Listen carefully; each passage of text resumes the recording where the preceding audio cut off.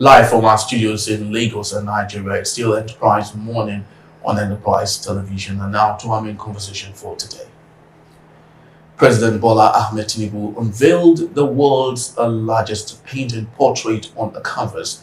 Though not recognized by the Guinness Book of Records, the portrait was to commemorate the 25th anniversary of democracy in the country. That's right. The coordinator of the painting, Opeyemi Alaba, described the painting as a message of hope for Nigerians and the African continent.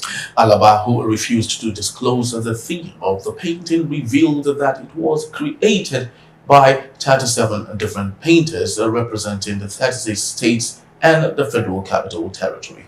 Alaba also disclosed that the inspiration for the portrait was from the portraits of former United States President Barack Obama and Queen Elizabeth. While the Democracy Day celebration was ongoing at the Eagle Square in Abuja, in Ikeja, Lagos, and Nigeria, the home state of President Bola Ahmed Tinubu, some activists gathered at the Ikeja on the bridge to commence the #End Hunger protest. The activists, who had carried banners with various inscriptions, such as "This hunger is too much," "President Tinubu, let the poor breathe," "Bola Tinubu economic policy is a scam," and "reverse anti-people policies," were surrounded by very armed police officers who were stationed in strategic locations around the Ikeja underbridge. It will be recalled that the president had earlier delivered the 2024 Democracy Day speech to the nation, addressing a variety of issues affecting the country.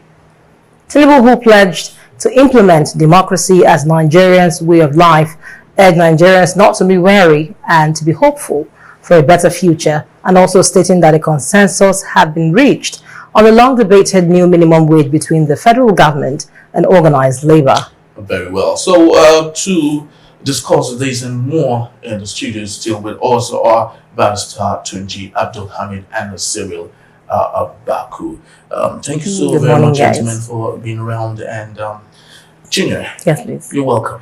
Thank you, Henry. You say the traffic was more than lovely. It's not something I would love to go over, but it was hellish, Henry. It was. All right, so let's deep into our main discussion for today. Gentlemen, you heard what was read out. Now, particularly, let's start with the portrait of the president. When it was unveiled, Nigerians went through the comment sections on different new media platforms. Amongst them, people said that is this what we need at this time? Who knows how much will be used to unveil this and so on and so forth. Now, my question today is, do you think this is not some sort of political shenanigan or a ruggishness by the federal government? Let me start with you, Pastor Tunji Abdul Hamid. I think I don't even know the importance of that portrait, because bearing in mind that what we are doing yesterday was celebrating democracy in quotes, because I don't believe we have democracy in Nigeria. What I believe we are practicing civilian rule. So thank God, at least maybe we are celebrating 25 years of civilian rule. Yes, it's okay. Well, that's what we are celebrating. And who are those synonymous with this democracy that we're talking about in Nigeria, or civilian rule we're talking about in Nigeria? So I don't know whether that portrait was to identify or to see the president as the main factor or main brain behind the June 12th celebration that was doing, because yesterday was not for, I don't even, like I said, I'm trying to understand the purpose of that portrait. I see it as maybe probably, because I know government will say it's not us, it's not me, it is for people, personal, whatever they have done. I see it as an attempt by, but national troops were put into it, so it becomes a federal government thing. So in that regard, I would see it as maybe psychopathy of a thing. People want to be relevant for the president, who wants to be seen as being doing something before president. Because you see, we are in this country where we like this eye service things. When you call any of our officers, minister, governor, or whatever, to make a speech and the president is there, the first 10 minutes or so, or 80% of the speech will be about the president. They, rather than go to where they ask them to go, they will be eulogizing and praising the president for what he has not even done. For me, if we are talking about the June 12th we are talking about here now, the Mr. President is also play a role, but he's not major. He's not the major what's it called? Is it celebrant or what do you say now? It's not. Thank you for that. It's not his major actor in that. There are so many people who have played role, and the major actor in that June 12th Wala is what's it called? Chief MKO Abiola, because he was the one. For those who don't know, because people who are just 40 or below 40 today now may not even know what happened. Why June 12th is said to be a democracy day for now. That was the day we had our election. Election was said to be free and fair everywhere, where the issue of is a Muslim, is a Christian, is from the north, is from the south, or whatever, did not even come up. Even in the north, where even in the polling unit of his opponent, Alhaji Bashir Tufa, in Kano, Abiola won election there. So he has, and that time too, it was even a Muslim ticket. Nobody even talk about it. Exactly. There was no issue of nobody let any issue as to Muslim, Christian or whatever. The Alhaji Tufa was with Chief Onu or so. I can't remember the deputy. So it was a cleanly contested. MKO was for SDP, while Alhaji Tufa was for NRC.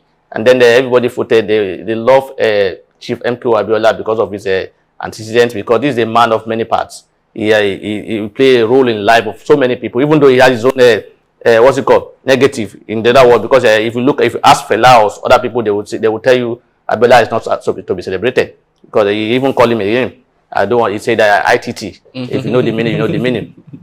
So election was won, was said to be free and fair, but the president then, the head of state, not president, Chief Ibrahim Babangida, they call him president. Yes, military head of state. Military president. Was he military president? Okay, they transformed themselves into. No, yeah, I remember. He said he should be addressed as military president, not head of state. I think it was Abacha that did that. Babangida alone. Okay. Yes. It was called Maradona, and then his Maradonic, in his Maradonic way, he came up and said, not like today that we are doing today, that you see people being used. There's this ABN, Association for Better Nigeria, led by Chief Ato Iserebi or so, and then they went to court. Asked the court to annul the election. And based on that, the president said he's not going to announce a result. That was what led to the crisis regarding Abiola insisted that he won the election and must be sworn in. And at a point, he even declared himself as a president, and he was arrested. And there was protest and so on. So that was why people see that as a heroic coming of a democracy in Nigeria. Before then, so many people have play a role. Chief, they mentioned their names yesterday. Chief Enaro, they are all there. Chief Tinubu was also there. Like Sehu Sani said yesterday, he is a chief protester. He taught them how to protest. Right. So for me, if we are at all, we are going to have any portrait to celebrate that Democracy Day, it should not be our president's portrait. It should be the portrait of MKO in the middle, surrounded by other people. And then in that regard, like I said, they will tell you now it's not a government. Unfortunately, again, or even embarrassingly again, that portrait is not even worthy of a celebration, because it's not even properly done. Exactly. It doesn't even show that those who did the portrait, they know what they are doing. So they were not even. It's not even a. In fact, it's true amateur. As far as I'm concerned, that cannot win any Guinness. And I hope they will not put that portrait at the what's it called? State House. No, not State House. The Eagles Cry. Because it will be unfortunate. Because the Eagles Cry belongs to Nigeria, not to one individual. All right. Thank you so much, Barrister Tunji Abdulhamid. I'll direct my question to Cyril. Looking at what we read, the portrait was inspired by Barack Obama, the former president of the US, and also Queen Elizabeth. Come home. I'd like for you to domesticate, what have been said to have inspired that portrait vis-a-vis what we now have as democracy. Tell us what you think, if this is, tell us what you think the significance of this unveiling of that portrait is, and if we truly practice democracy in this part. No, this is clearly a return to the kind of governments we had under during Soviet Russia, under the likes of Joseph Stalin, or Nazi Germany when we had the likes of Adolf Hitler. Because leaders begin to build personality cults around themselves. People begin to look at, or even King Louis the 14th of France, Louis XIV. People begin to see the president as the hero, see him as the be-all, end-all, the savior of our democracy, the savior of our nation, the harbinger of justice, the man around whom everything is built. But it's a lie. The first thing I'm going to say is that Barrister Tunji was trying to look at it for whether the government must take direct responsibility. In fact, President must take direct responsibility for the commissioning and unveiling of the portrait. If, as I am here, out of my love for the president and everything he has done, I believe that I want to give him paint him or whatever it is, I can paint him and take it to Aso Rock as a gift. Okay? As a gift to the president. The national troop was involved. And even if they were not, people bringing such a portrait to what's it called, to Ego Square, assuming they wanted to surprise Mr. President, would have undergone security checks to make sure that it doesn't have any explosive device on it. And up the security chain, there would have been reports to say such a thing. You see, that idea of surprise, I'm just bringing it here because it does not exist. But they would have said, okay, such a thing was coming. So, it was veiled initially. Government can stand the surprise of not knowing what is behind the veil that will be unveiled as a global at a national. So they knew what was behind it. Yeah. The government cannot say they did not accept, approve, permit for such a thing to be. So this is clearly government work. But the fact that the national troop was even involved in it shows that government. This is the president trying to celebrate himself and trying to make democracy look like his personal entity project for Nigeria. He said he wants us to make democracy a way of life with him as our leader. This is some kind of social deification of a personality. Right. For us to now look at him as some kind of mini god or something. Now that is as far as that one goes. You ask yourself, 37 people came together to come and do a painting of the president. Again, such a painting at this time is not a priority. Earlier, during the newspaper review, by the strategic we were discussing whether we needed a change of attitude or a change of constitution. And I'm saying that primarily, first of all, in order priority, a new constitution, of course. Then attitude. You ask yourself, what did that painting contribute to our national conversation, to any national debate, to any national significance? What did they contribute? For me, zero. So if a government is now, look at what we're tabling on national TV today, the day after, look at what we're discussing, a portrait of the president. What is the economic value of that? How is that a centripetal element? What's in it? Because this is what they've given to us. That's what we're talking about. People now started saying that. I shouldn't say that. I mean, it's cheeky. But the reality is that this government does not appear to be on the front foot in taking Nigeria to the next level. It's just about themselves and whatever they think is right. They can't say that it was not them. It was them. That's what the president wanted, and that's what they're getting.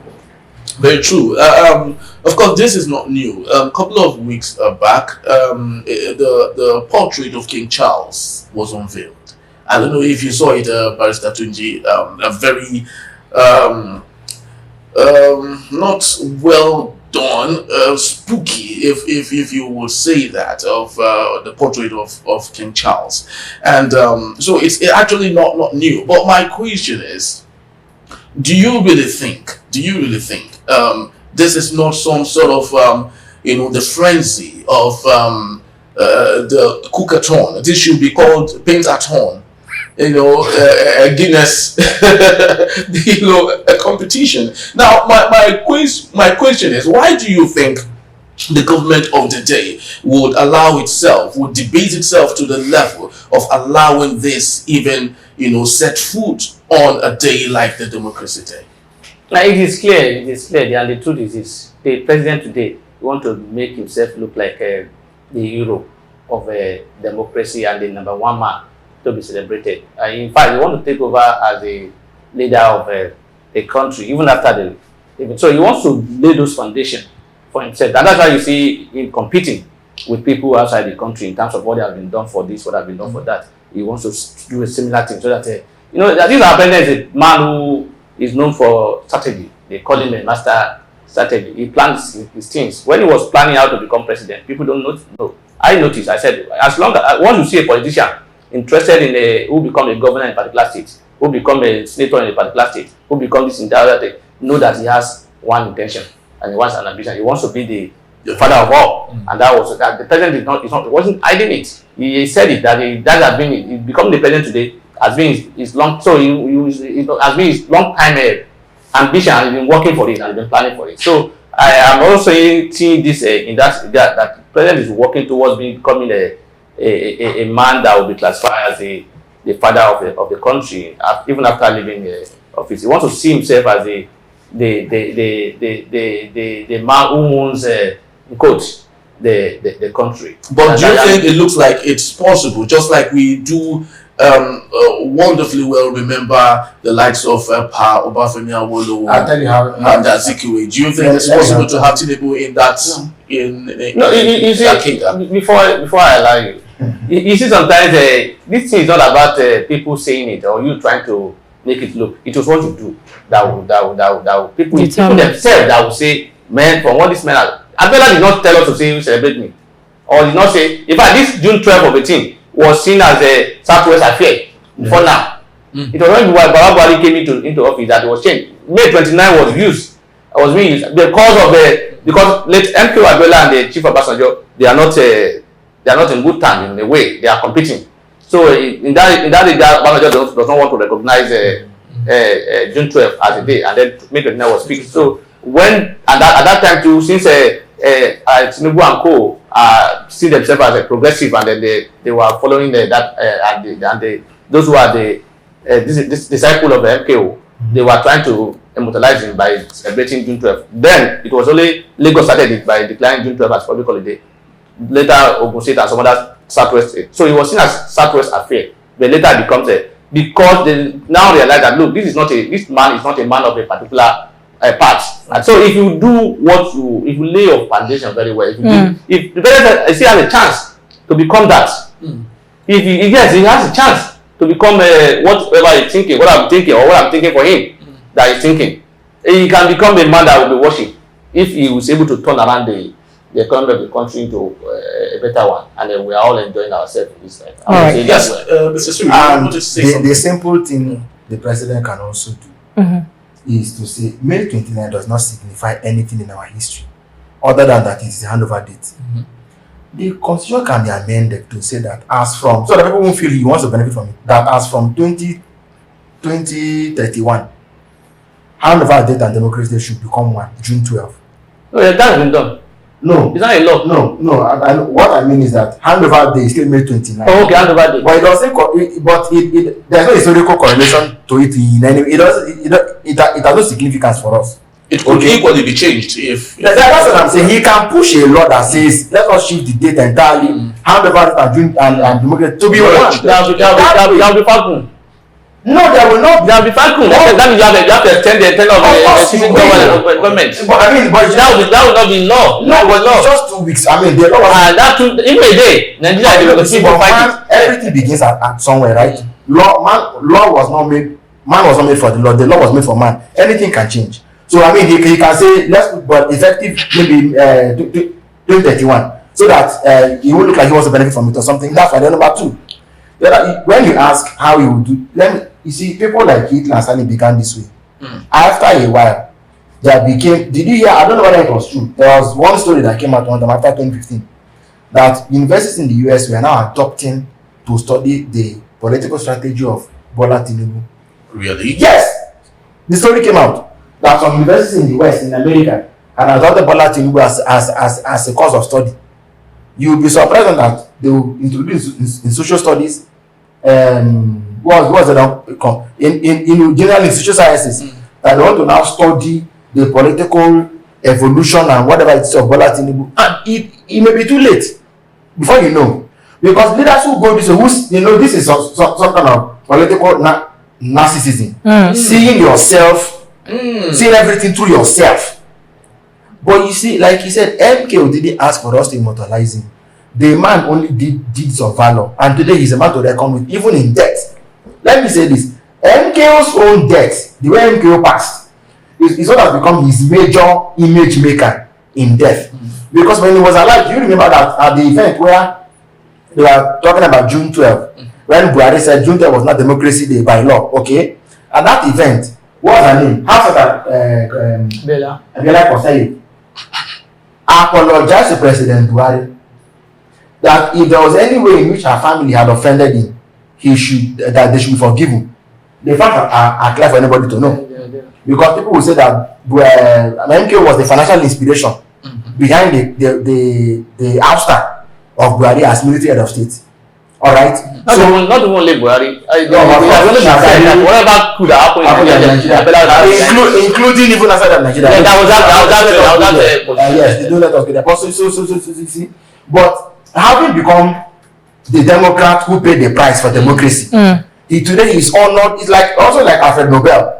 After inventing dynamite, today is seen as a symbol of peace. So the president can let him do the deeds of valor, you know, and then you'll be immortalized. But the attempt to take immortality upon yourself always ends in ruin. Very true. No, like I said, if he has a chance, yes, he can also build that legacy.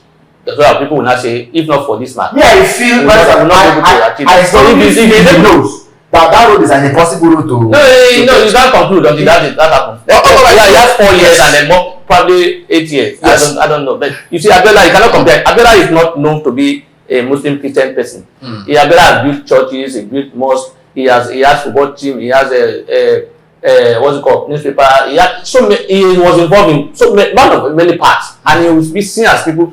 Like I said, he has his own whatever. Because whatever problem was going through today, people will tell you Abiola has a hand in it. Very true. Now, while that was going on in Abuja, the unveiling of the portrait, many miles away from Abuja, particularly in Ikeja, the home state of the president, there was a protest. #end hunger in Lagos State, Nigeria. But it's surprisingly, it only trended just for that day. After that day, it was nowhere.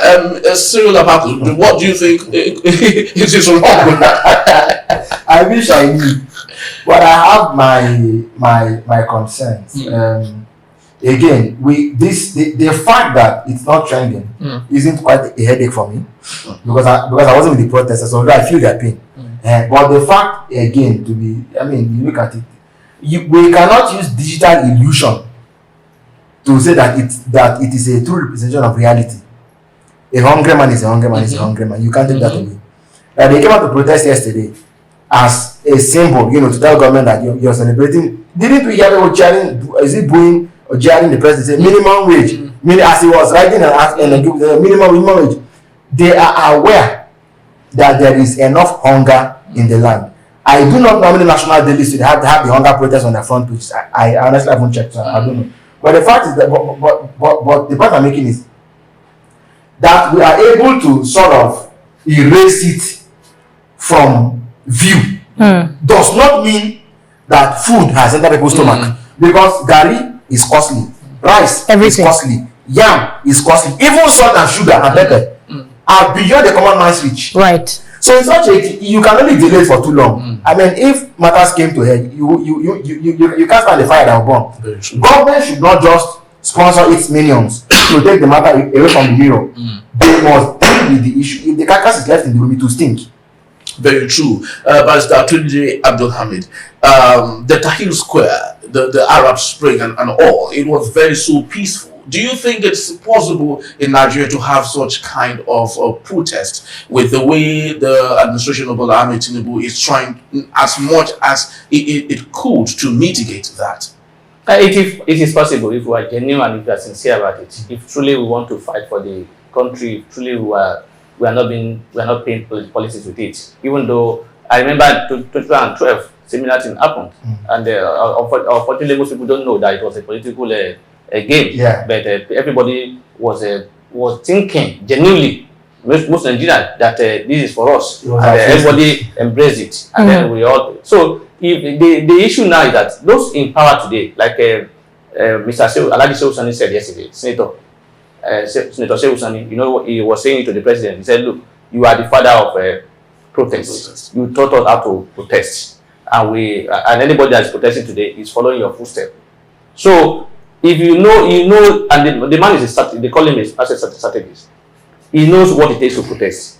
You know what? So maybe probably because of that experience, he's able to navigate and ensure that, look, this thing does not materialize into the way it should be. Unfortunately, why is that is happening today now is that because most Nigerians we are not sincere with ourselves. We are not interested in fighting for our rights.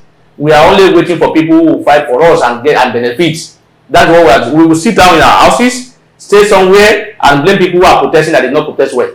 That's what we do. Right. We are in our houses sitting down, and then we will now be abusing people who are protesting that this protest was not even properly organized. They were not even well. They didn't even know what they are doing. They don't even know how to do it, and they are in their own houses. Yeah. I used to have in fact, I see out today argument with one of my friends. He's also complain. He's complain whenever he sees me, he doesn't say that again. He will always say, this Nigeria, we are so good that they are just making us like they are just doing us, those leadership are just doing us the way they like. Meanwhile, during June 12, I remember, I said June 12, the Ojota protest. Whenever I'm going to that protest, I still have the videos. I was there from day one to the end.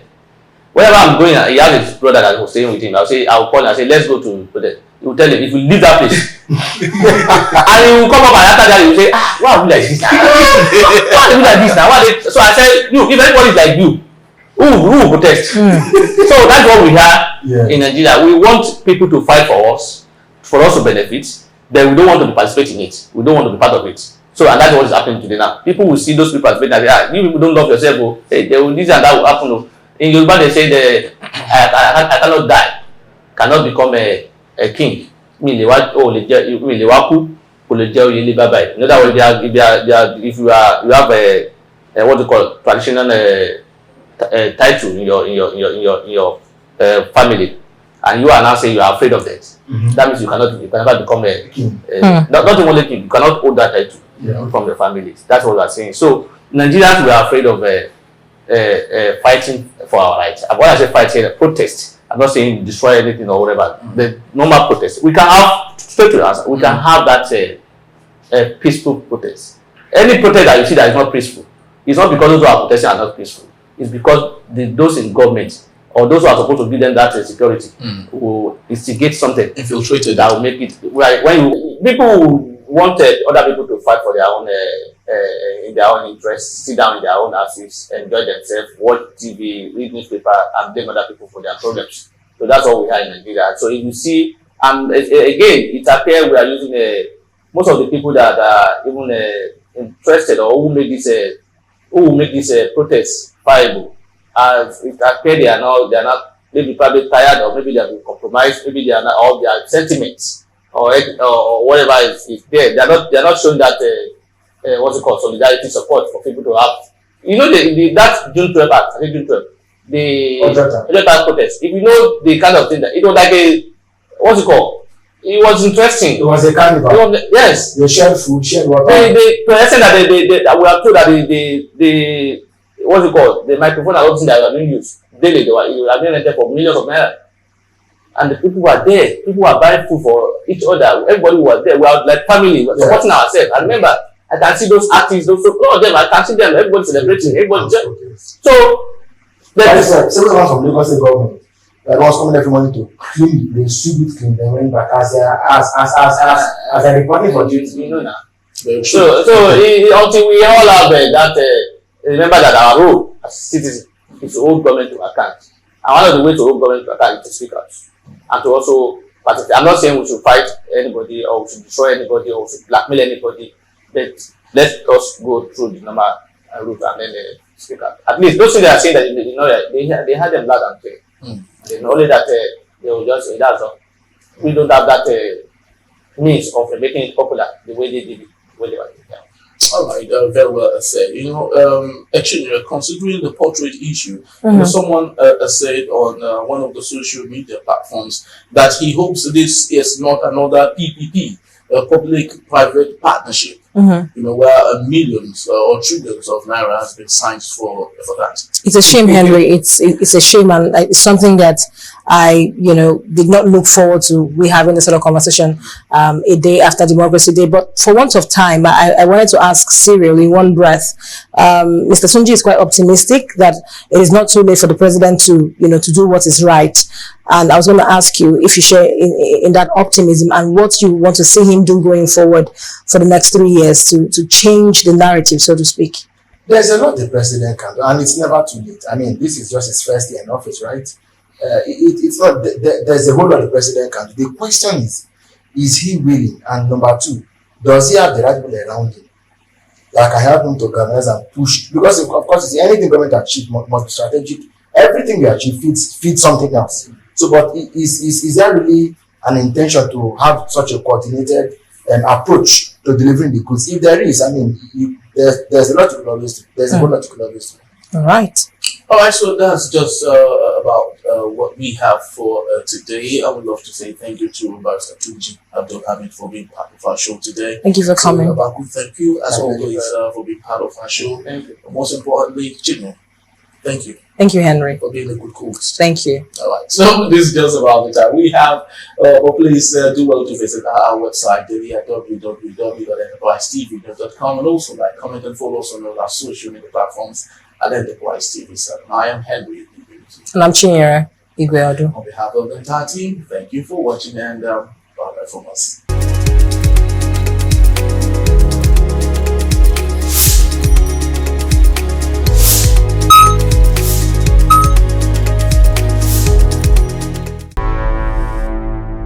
Enterprise TV, a tradition of truth.